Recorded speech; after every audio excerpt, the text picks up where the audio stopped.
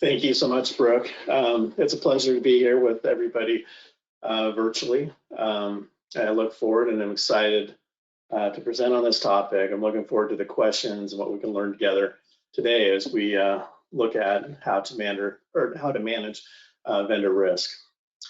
To get started, the agenda that I plan to go over will cover all these topics. I won't read each one of these to you, but by the end of it, my goal would be that you walk away with insights and just better situational awareness around vendor risk that your organization has, and ways in which you can manage that to be able to just have a better combined approach at risk management with your own organization, those vendors that you work with.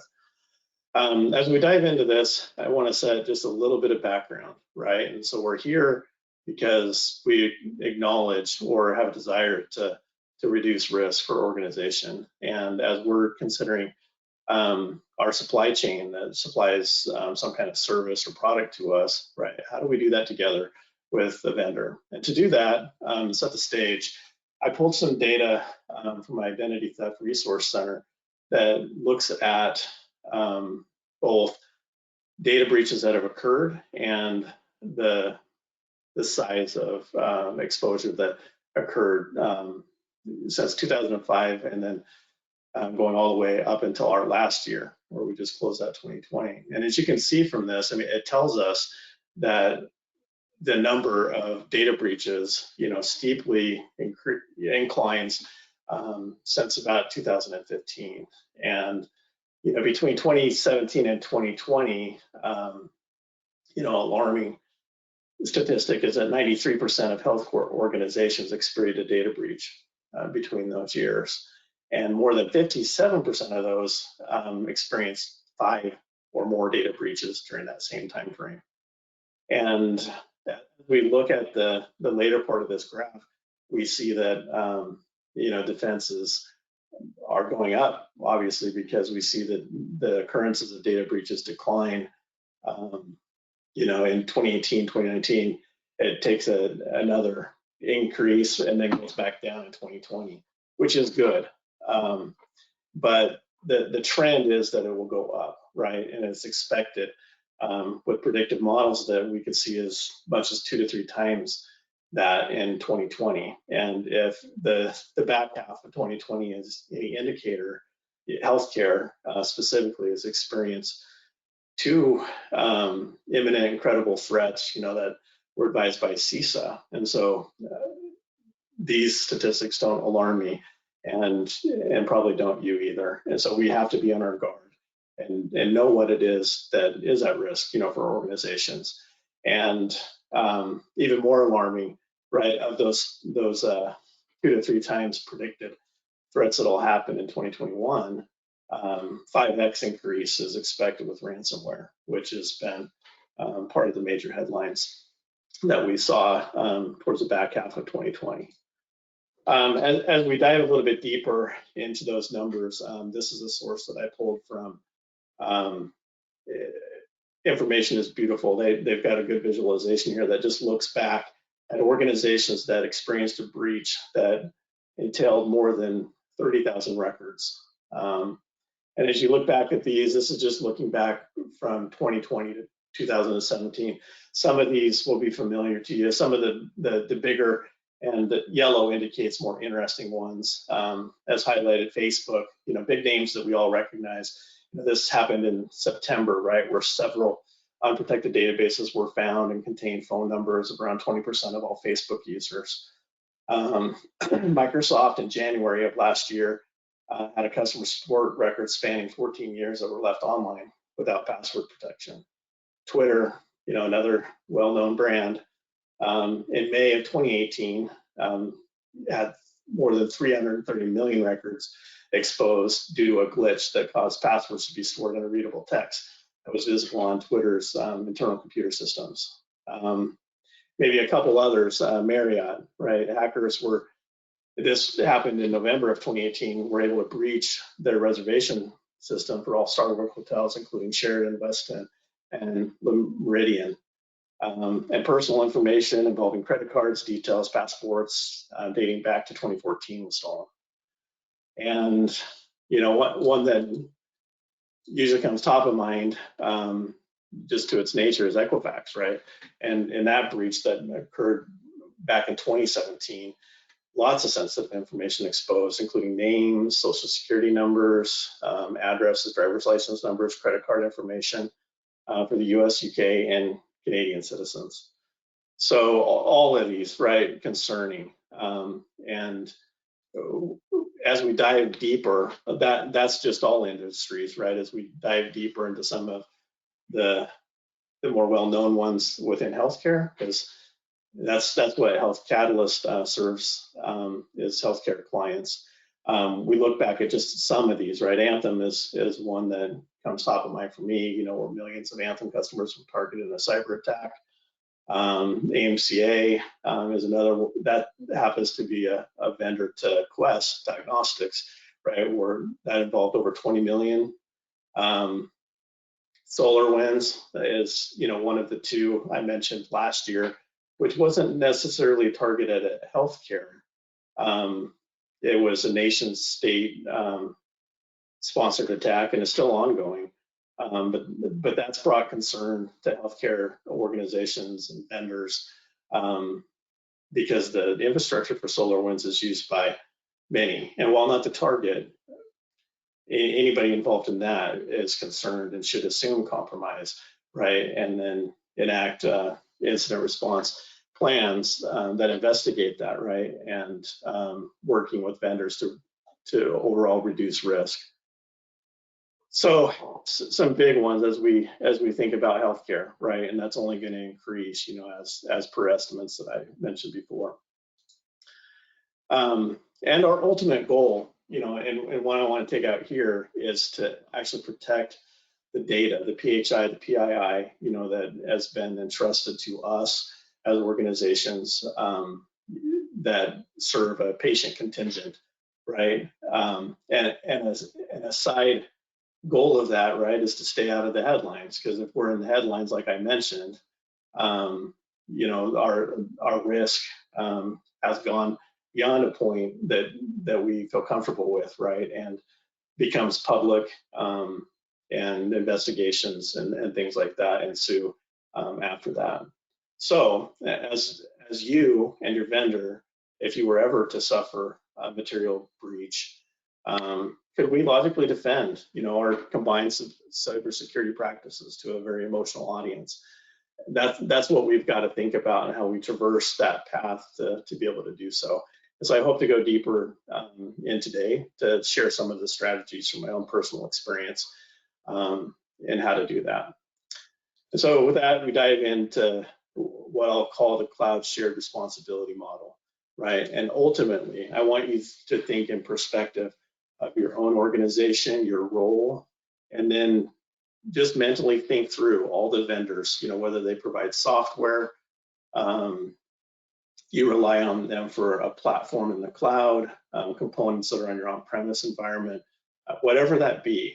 Your overarching goal together would be to protect what we often refer to in the security world as a CIA triad, which comprises of confidentiality, the type of data or data asset that is contained within your environment.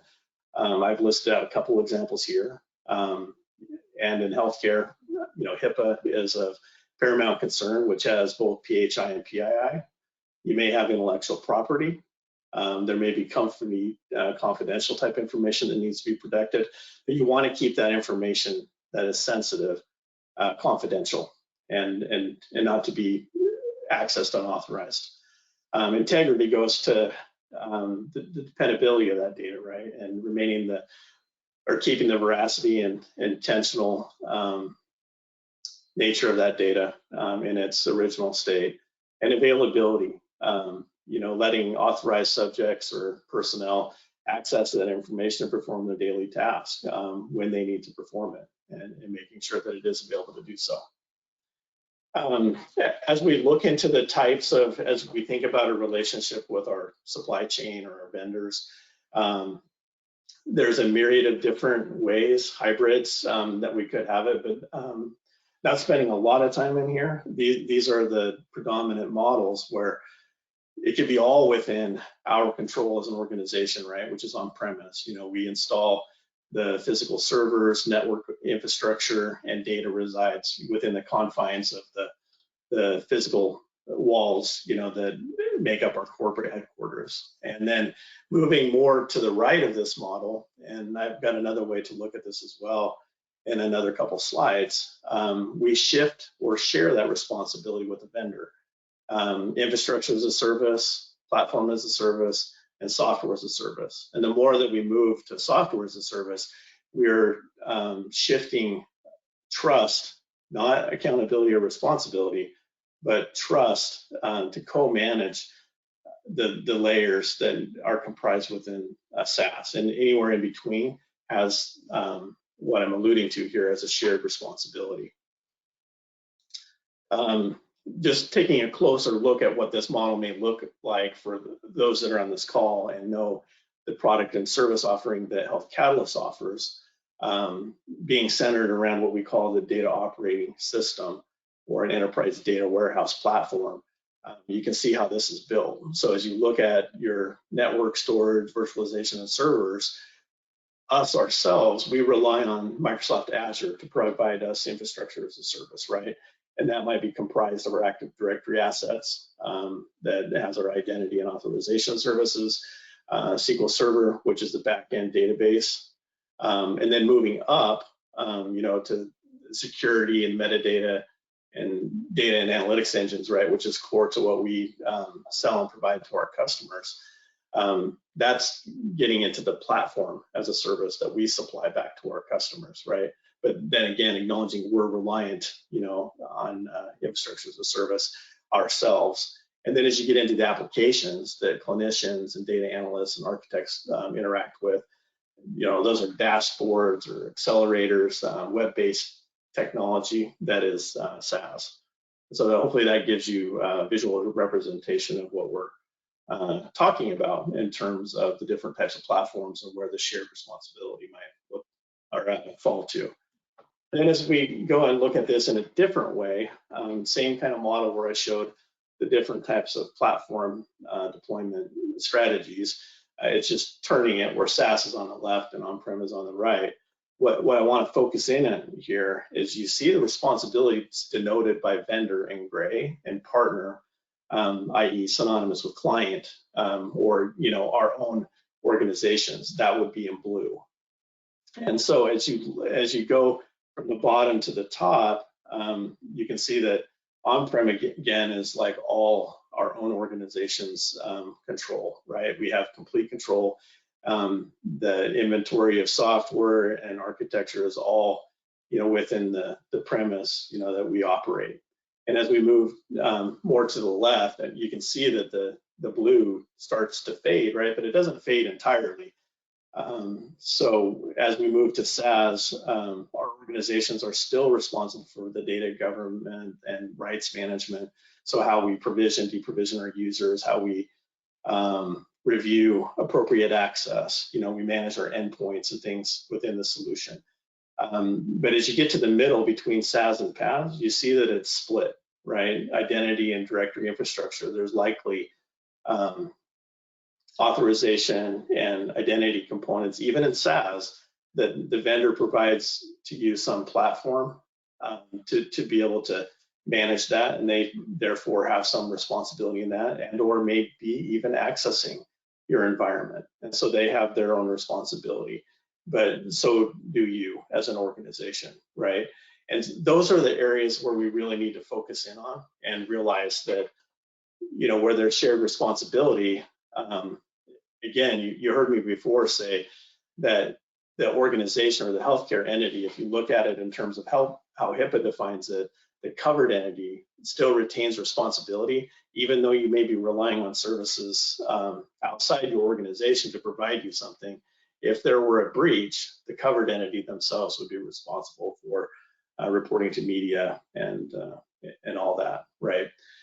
that can't ever shift, and that's an important thing to remember. And so how do we manage that risk and make sure that we're doing our due diligence on our vendors that are providing services to us to in turn provide to our own constituent clients. So the way that I would propose that we start with that is developing an information security management system or program, right? And that starts with policies. And so I alluded to this as I started, but I propose we have to know what our crown jewels are, right? The what, and in healthcare, at least, I'll speak from that perspective.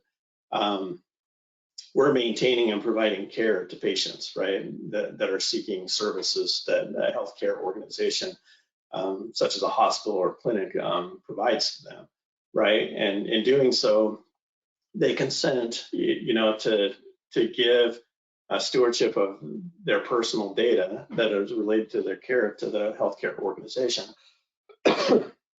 Excuse me.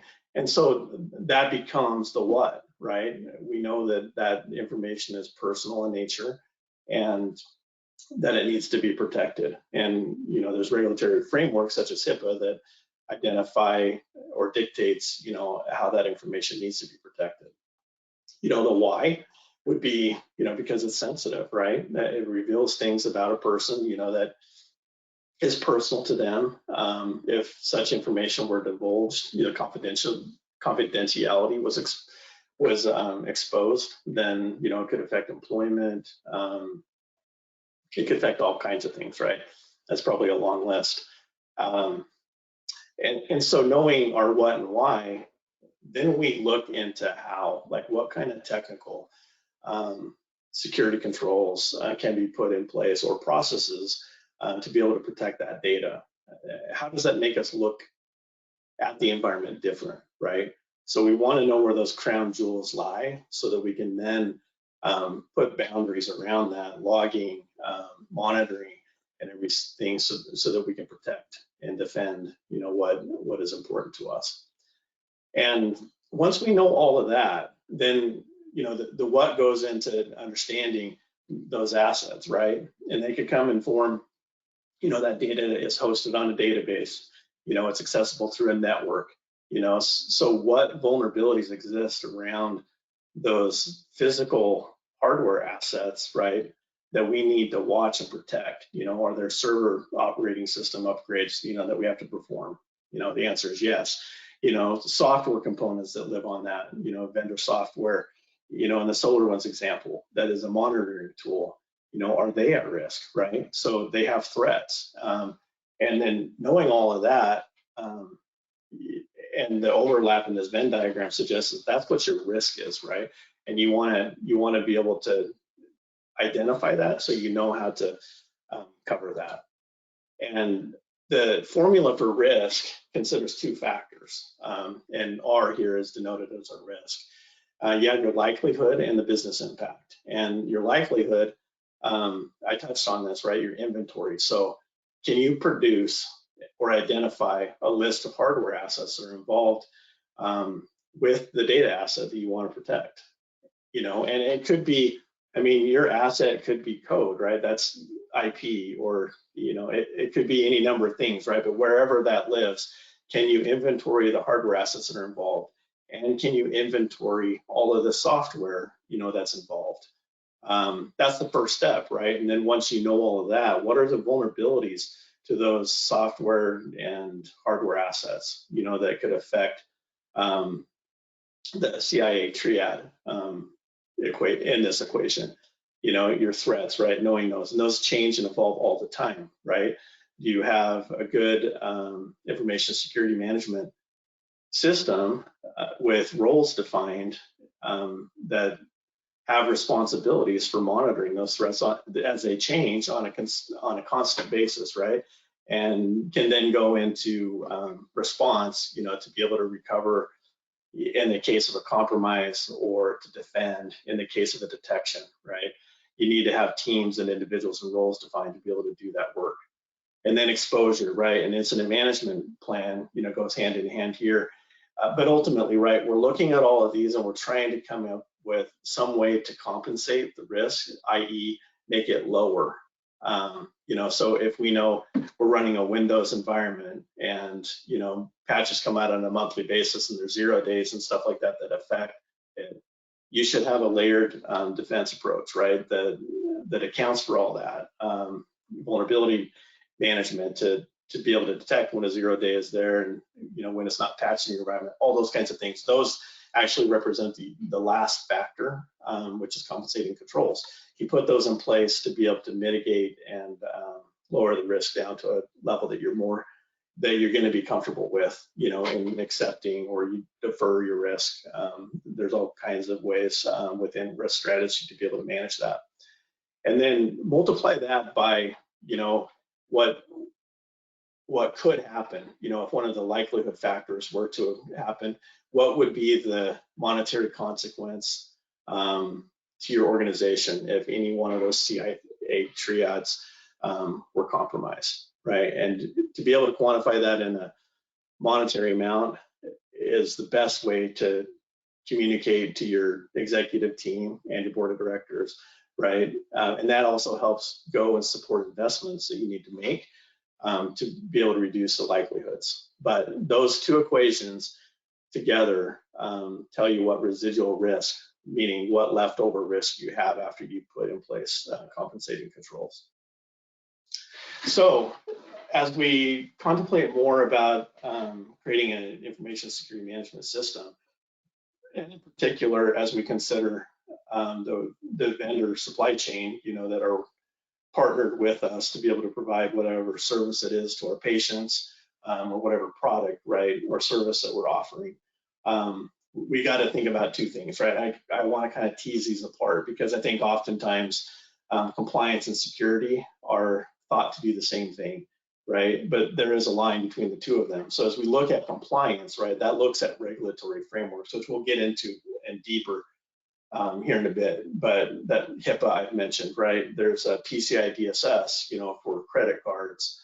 But they're regulatory, maybe industry-driven standards that have to be met, for legal reasons, and regulate the industry that you're in, right? And so we have to create policies as the foundation for our compliance framework.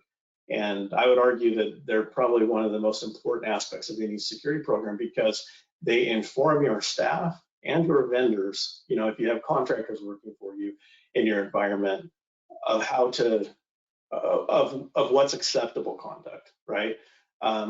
Sometimes this is referred to as your acceptable use policy, but this goes in to train your staff to make sure that they're acutely aware of what access they have, what role they play within your organization to be compliant and working with those crown jewels again in a way that is going to be compliant with what's expected of them in their role. And then so that's policy. I'll just touch lastly on procedure. So your policy dictates, it's the thou shall, will, kind of language that you see and expect of your staff and your vendors that work with you. The procedure is really how you do it. So if policy defines what needs to be done, procedures is going to be work instruction to detail how a certain function is performed in a compliant way that matches up with your policy. And so those two things are very important. And then that leads me into security, right? And security is really more of a technical how you do that. It involves the tools and the processes that are put in place. The software are often, hardware, software components, and even technical process that's in place to be able and called out in very specific terms of how that is meeting a regulatory or let's say a policy requirement, that's defined on the compliance side.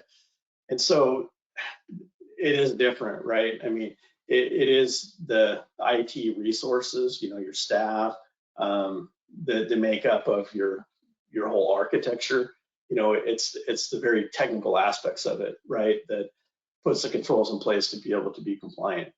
But while different, right, the two do play a very important role together, right? And I would say, as the last bullet stays here, that when aligned systematically and in a controlled way between compliance and security, that would be our first step towards reducing risk, because you've got in concert security being performed and compliance kind of being the check and balance system, right? To make sure that what is being done on the security side produces evidence to prove that you are in compliance of what your regulatory framework is looking for. So, balance, right, between the two, because if your organization goes overboard on one, right, they're opposing forces, right, they're inversely proportional. You maximize one, you minimize the other, right, and vice versa, that relationship. So you do have to find the perfect balance. And I would say that in most organizations, depending on maturity, right, of how the organization lays out and reports, it could be possible that your compliance and security teams are actually reporting to different organizational departments, within your organization. Not always the case, and speaking from my own personal experience, the information security team is comprised of, that technical security side plus compliance, so that happens too. And, where they report sometimes matters as well. They either report up to the operational side, or they could report up to your general counsel as well, right? And compliance more the case than security does, but that also matters, right? But whether they're separate or together, you still have to achieve the balance that you need to be able to work effectively together, and be able to do so in a manner that it does reduce risk. And when you're out of balance, this last point on here, I would just say, let your compliance framework guide, right? Let that be kind of the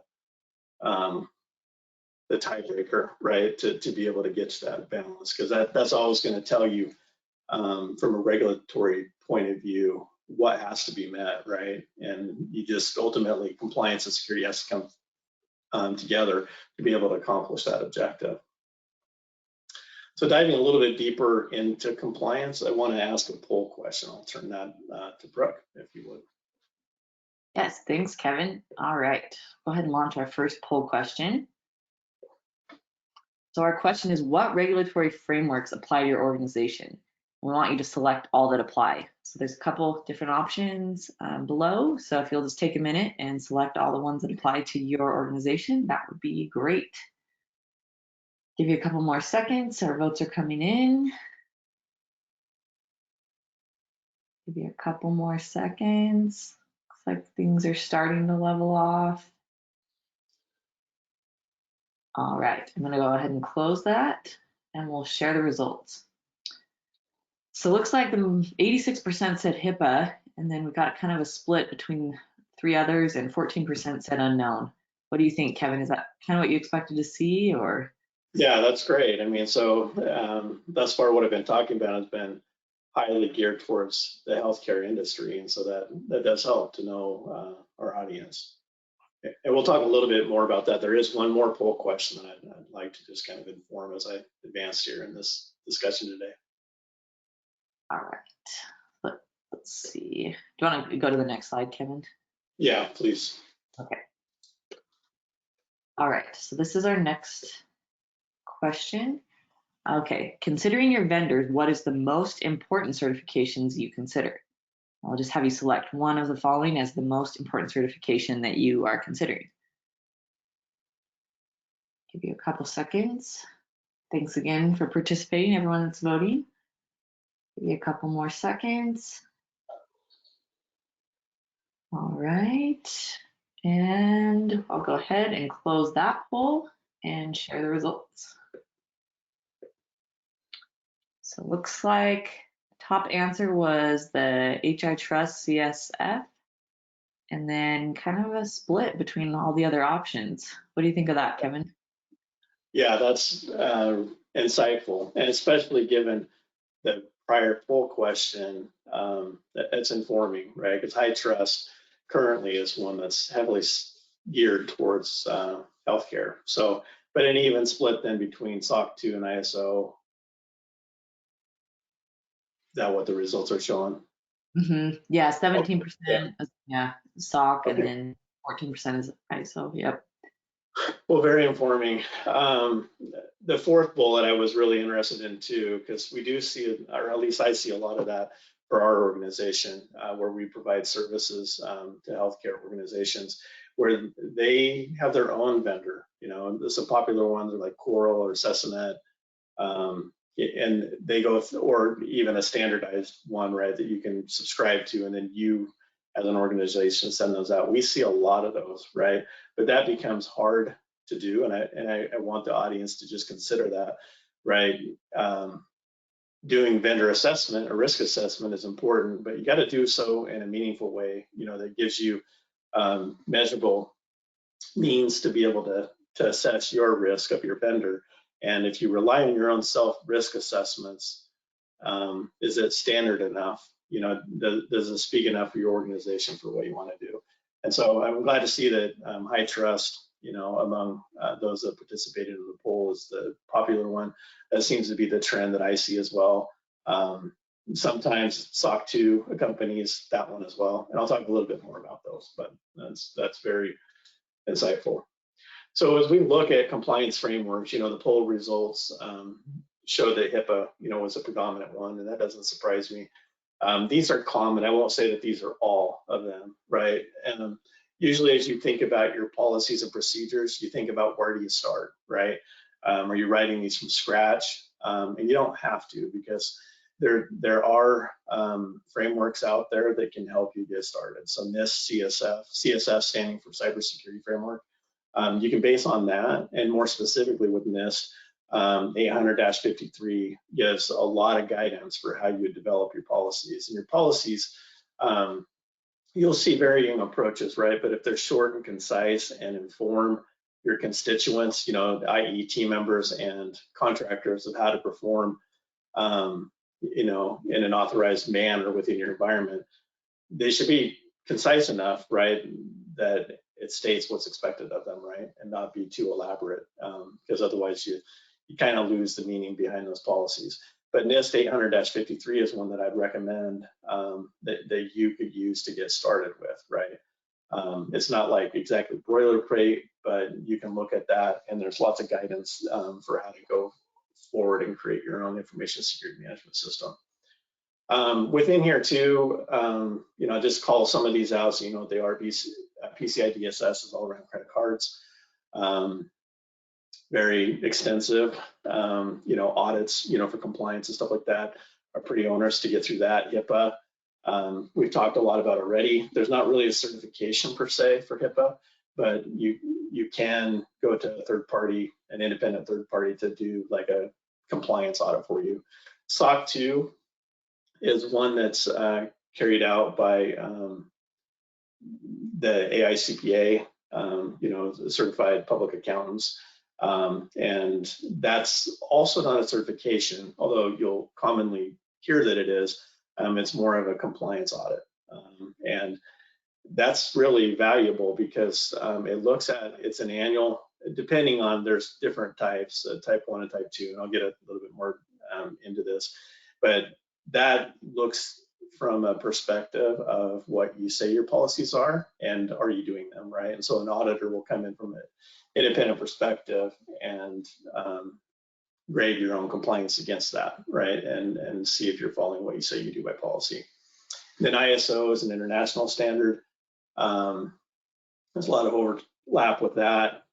I trust, you know, which was one of the other poll results, looks at ISO, PCI, HIPAA, you know, and just really brings that and cross-references that together for you. But ISO is an international standard recognized outside the United States. And GDPR, a lot of buzz over the last couple of years. This is a data privacy framework, and we're seeing variation or variants of that start to get created within the US. California privacy is a flavor of that, and there's other states that are adopting their own approach to data privacy as well.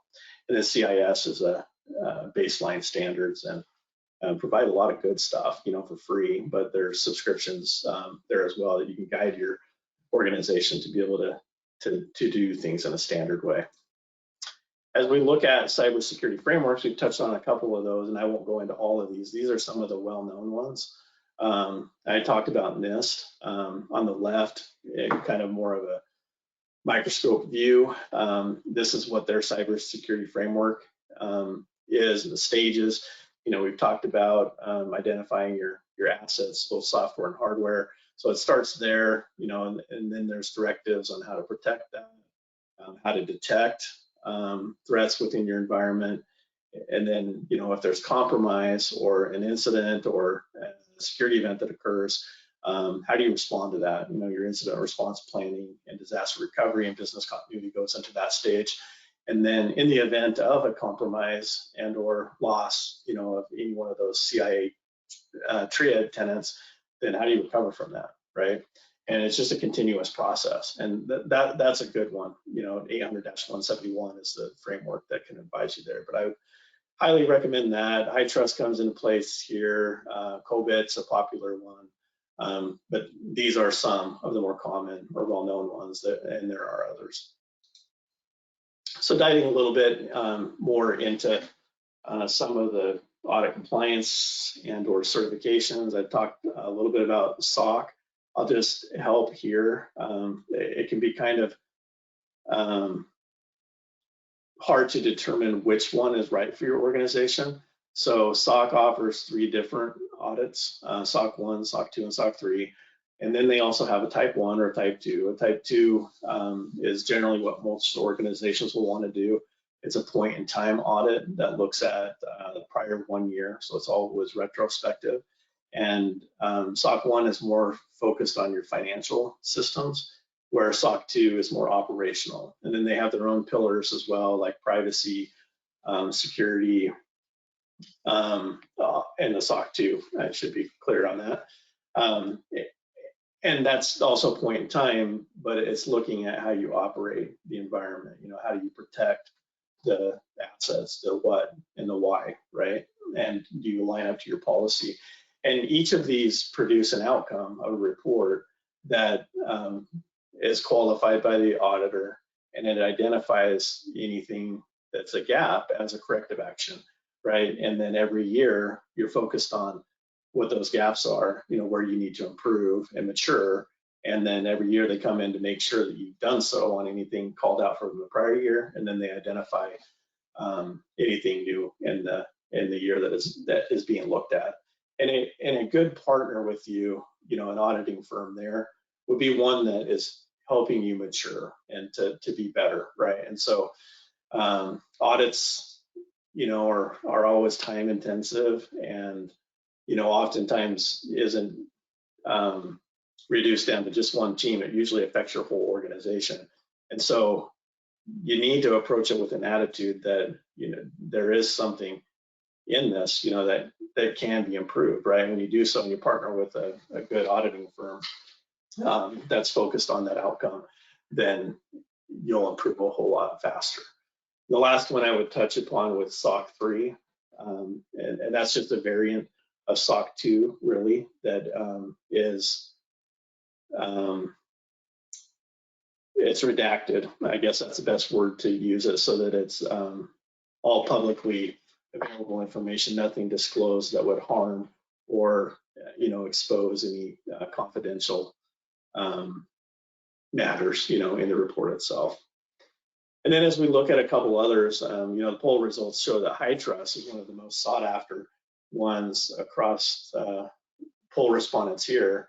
And that's one, like I said, that crosses over ISO, NIST, PCI, HIPAA.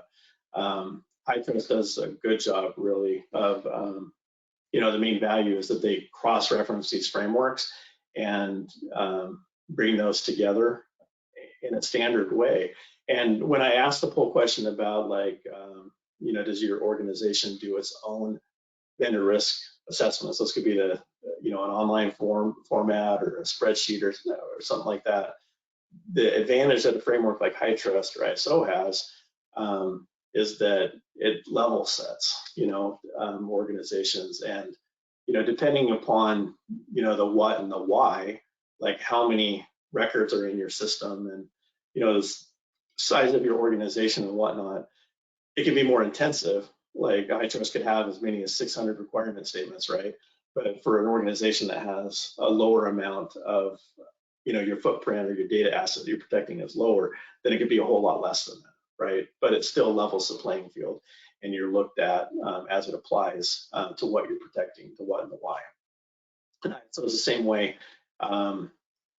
but internationally, right? So if your business or the services that you're providing to your patients, has an international factor, then ISO is a good way to look. I mean, even though HITRUST crosses over to that, ISO is more adopted by our international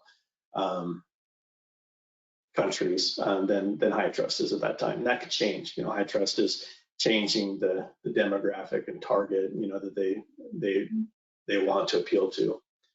And I talked about HIPAA. No certification exists here, but your auditors that provide your SOC 2 and even auditors that are certifying bodies, with HITRUST or certifying assessors, they could perform a HIPAA assessment as well. And that just usually is a compliance audit, with a letter of attestation, right, that you met minimum requirements as perceived as compliant to be with HIPAA. Now, just wrapping up, looking at vendor risk evaluation. Here's some suggestions, right?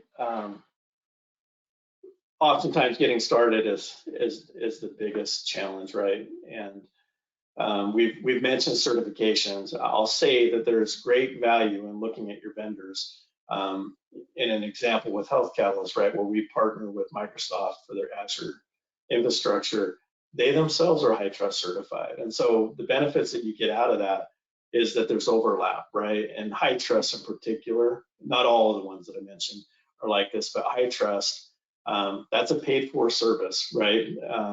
They provide a portal to their customers that are going through this, that kind of manage the project and the evidence collection that goes along with completing an audit. But they also, as part of that service, have something called the inheritance program. And in the example of Health Catalyst to Azure, and Azure is certified, right, there's overlap there. And as we think about that mental model, right, of on-prem all the way to SaaS, for whatever an organization is relying upon its vendors to do, and if you think about Azure, right, they're providing some kind of infrastructure. So physical and environmental security controls, right, all of that is wholly on them. And so where your certification strategies overlap, that allows an organization like Health Catalyst to use the controls that come out of their HITRUST certification to fulfill our own. So there's a lot of value there when you can line up. And so I would recommend, I'm kind of going out of order here, but especially those that are going to have any direct involvement with the asset you try to protect, like data centers, for example, set a higher bar for them, right? HITRUST certification would be a strong recommendation. ISO 27001 as another example, and probably a SOC 2. So you can use those compliance reports and certifications to be able to assess the residual risk that you have in working with that vendor, right? If those reports show that there's negligence, a lot of gaps and things like that, that'll be coming from a third party, right? And so it's credible information. And you would want to work on a plan with that vendor to remediate all those concerns that's called out by that third party auditor. Other levers that you have, certainly when you're going into a partnership with a vendor, is like, legal documents that need to be in place, NDAs, non-disclosure, contractually commit them to not share anything, that's considered confidential to any of their business partners, and even bind, within that company, who that's being disclosed to. But you want to have those in place to be able to protect conversations and, just documents and other artifacts that happen in your relationship with them. Business associate agreements are a part of HIPAA. A covered entity would put that in place with any of its vendors, but a vendor can also put its supply chain under a BAA too, just so that it sets level expectations of what's expected in that relationship under the HIPAA framework.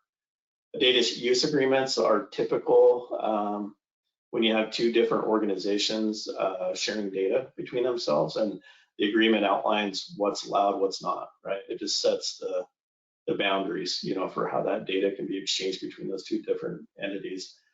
The next and last two here are SLAs and OLAs, standing for service level and operational level agreements, respectively. These are things that are important, for a healthcare organization. If you have a reliance, if you think about availability, to the data, in particular, if there's a breach of that and there's metrics that the vendor organization has to provide to your healthcare organization, if they breach those, oftentimes there's monetary penalty for that. But it just puts some kind of measurement and consequence, if they're not providing the level of service that you need to be able to provide back to your organization and your patients or clients.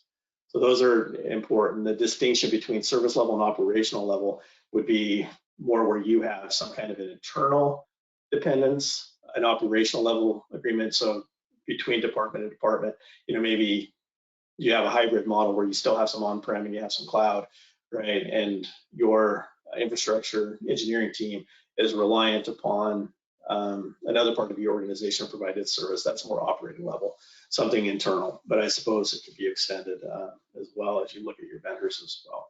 So all of these would just kind of put guardrails and expectations. And so these are things I would suggest that you consider as well.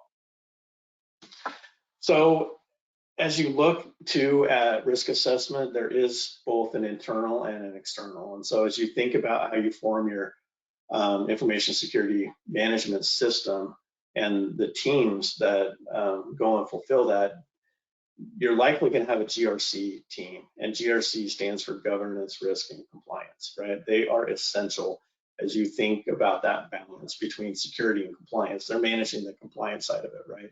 There's a check and the balance that looks at security. And so that's more of an internal nature where they will, throughout the year, as you think about the different audits and certifications that you need to fulfill, they're auditing on a continuous basis, right? To just make sure that the system is producing the output, or in our case today, protecting the asset, by way of policy that's defined.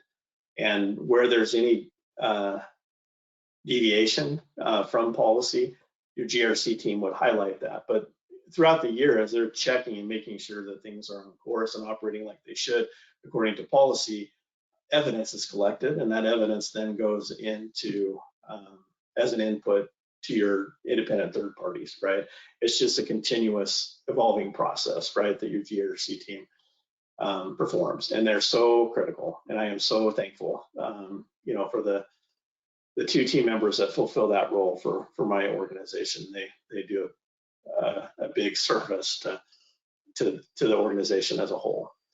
And then you look. We've already talked about independent third party. They are so important, right? Because it's not enough to audit yourselves internally. You need to have a third party come in because that offers credibility, and it also brings an independent point of view to it, right? So they're kind of the check and balance to your own internal GRC teams. So you can't overemphasize like how important those are too. And by nature, you want to at least have independent third-party audit of whatever type on an annual basis. And in most cases, most organizations are having multiple types of those, like a SOC 2 and a high trust, together on an annual basis, right? So it can also bring a lot of demand externally on your team as well. And then compliance and risk assessments on your vendor supply chain. There's lots of ways to do this, right? This is where I alluded to, and you could do this with your own spreadsheets. You can have a standard-based one to perform that. You can also rely upon vendors, and I'm not trying to endorse or suggest anyone, but there are a couple common ones I've already mentioned. They can provide that function for you. I didn't mention HITRUST. They even have what they call hacks. It's a vendor risk assessment process that they have that you can couple with your paid for subscription and HITRUST certifications. They perform the vendor risk assessment, you guide it, but they quantify the score, the risk factor to your organization, and then you can consider that, and then you can inherit the process they have in place for assessing that risk into your own HITRUST certification. So there's many, right? The point is just do it and have some way that you evaluate that. And it'll become even more important, especially coming out of this supply chain attack, right, that involves SolarWinds. Because if one of your vendors is compromised, there's an inherent trust relationship, right? And in the case of the supply chain attack, right, they got a hold of source code and were able to ingest malicious code into what they produced and delivered to clients. And that trusted nature just gives a direct channel and represents pure risk to your organization if you're not monitoring that. So the most important takeaway is just do it and figure out a strategy to be able to fulfill that. And then I've already talked about the certification overlap. There's huge value in that. If you can find a vendor that equals or values the same importance, you'll be able to benefit from the overlap that comes between what you do and what they're doing. And then just wrapping up finally, coming back full circle, developing some kind of a matrix, with your various vendors. And, this might explode out and get more granular, but knowing what your organization is responsible for versus theirs, and that, whatever is highlighted as your target to be able to protect your data assets, that's what you really need to assess in your vendor risk assessment. You need to be acutely aware of that risk so that together you can strategize on how to reduce the factors that contribute to the risk equation to an acceptable level so that you two together can provide a secure service, back to your patients that revolve around the CIA triad. And my last thoughts, this is not easy, right? It's definitely a journey, and it all begins with the first step, right? But that first step is informed by the fact that you know where you are today, right? And you know where you want to be as something other than where you are, right? So develop a plan. I hope that today and what I presented and insightful, and you walk away with maybe an idea of how you start, but you're not going to get it right. I haven't. We still don't have it yet perfect. There's a lot to evolve, but collectively as a team, as you're focused on this, you just really set a goal and realization that perfection is not gonna be your desired outcome, right? It's the process and the journey to get there, right? And as you do so, you will be successful. And I'm just so encouraged by the industry. There's so many good things that come out of the community in cybersecurity and compliance. Lots of great resources to help you along the journey. And with that, I think we have one last poll question, and then we'll go to questions. Great, thanks, Kevin. Thanks for the great presentation. If any of you have questions for Kevin, now is a great time to submit them in the control panel, and we'll start our Q&A session in just a moment. As Kevin mentioned, we do have one last poll question. I'll go ahead and launch that now. So while today's webinar was focused on cybersecurity and strategies for managing vendor risk, some of you might want to learn more about Health Catalyst products and professional services. If you'd like to learn more, please answer this poll question. And I will go ahead and leave that open for a few minutes while we jump into our Q&A. So let's see. Let's see here.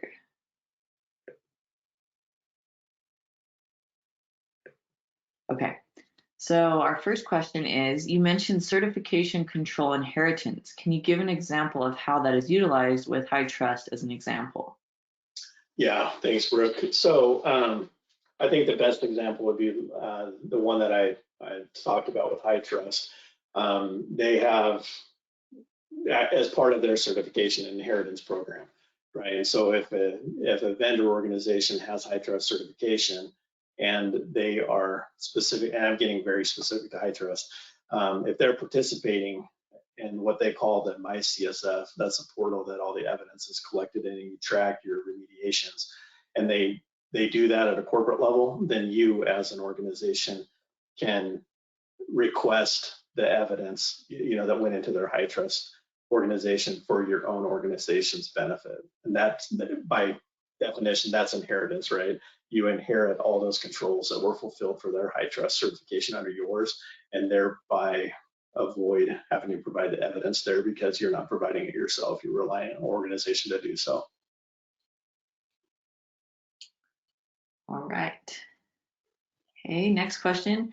In most organizations, do security and compliance teams report to different parts of the organization?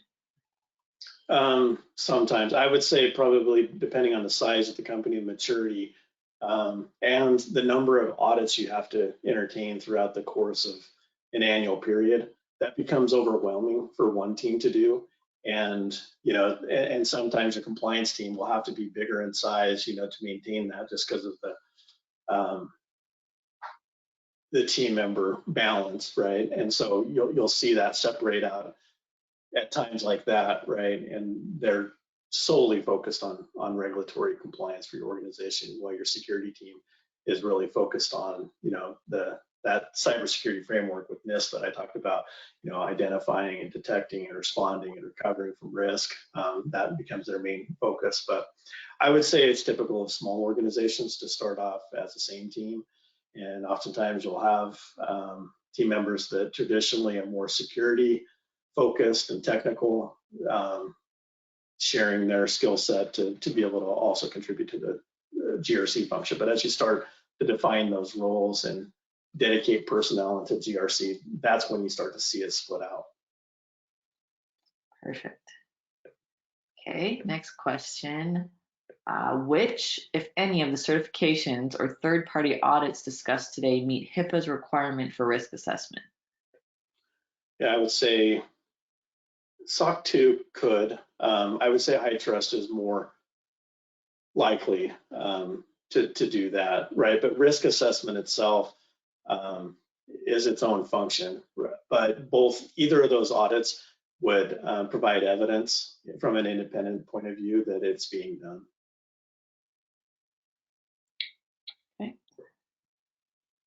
Okay, next question. What certifications and audits does Health Catalyst currently participate? Are the audit reports and certification letters available to clients? Yeah, good question. And I'll answer the later part first. So if you go to healthcatalyst.com and you use our search function on the website, you can just put in the keyword security.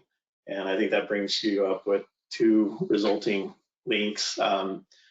One of which will take you to our security page on Health Catalyst, and you can get information about what certifications we hold there, and even reference an area on the website that allow you to request our audit reports and certifications. Some are confidential, right, and require like an NDA be put in place, but you can see all that we participate in today and request them. And the answer on that is SOC 2, we do that annually, and we have 3 business units that are High Trust certified, and those are the primary ones that we're focused on as an organization.